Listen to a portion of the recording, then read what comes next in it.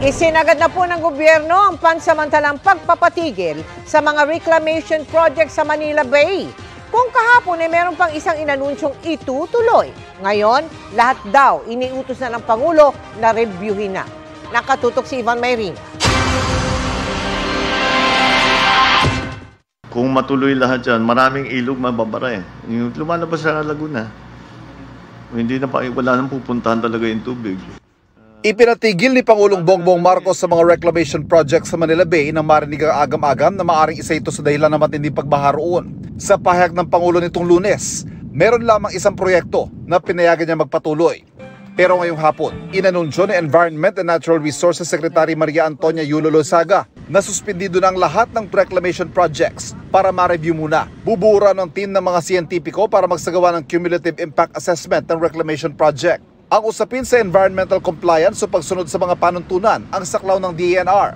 Ayon kay Lozaga, na-issuehan ng Environmental Compliance Certificate o ECC ang mga reclamation project noong administrasyon ni dating Pangulong Rodrigo Duterte. Pero matagal na raw pinag-uusapan ang review sa kanilang compliance.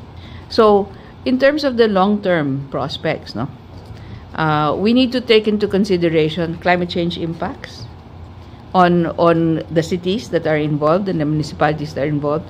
We need to take into consideration the geological risk.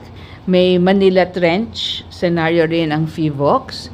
At yun po ang, for me, what needs to be taken into consideration. Hanggang kahapon nagpapatuloy pa ang reclamation project base sa kuha ng aming news team. Pero hawak na raw ni Lozaga ang suspension order kanina at epektibo na raw ito. As soon as the President speaks, I think that will be in effect. I have a copy of the suspension, so I think that the PRA will also have a copy.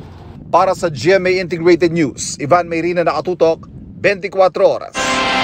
Mga kapuso, kasama nyo kami 24 oras. Mag-subscribe sa GMA Integrated News sa YouTube. Sa mga kapuso abroad, bisitahin ang GMA Pinoy TV at www.gmanews.tv.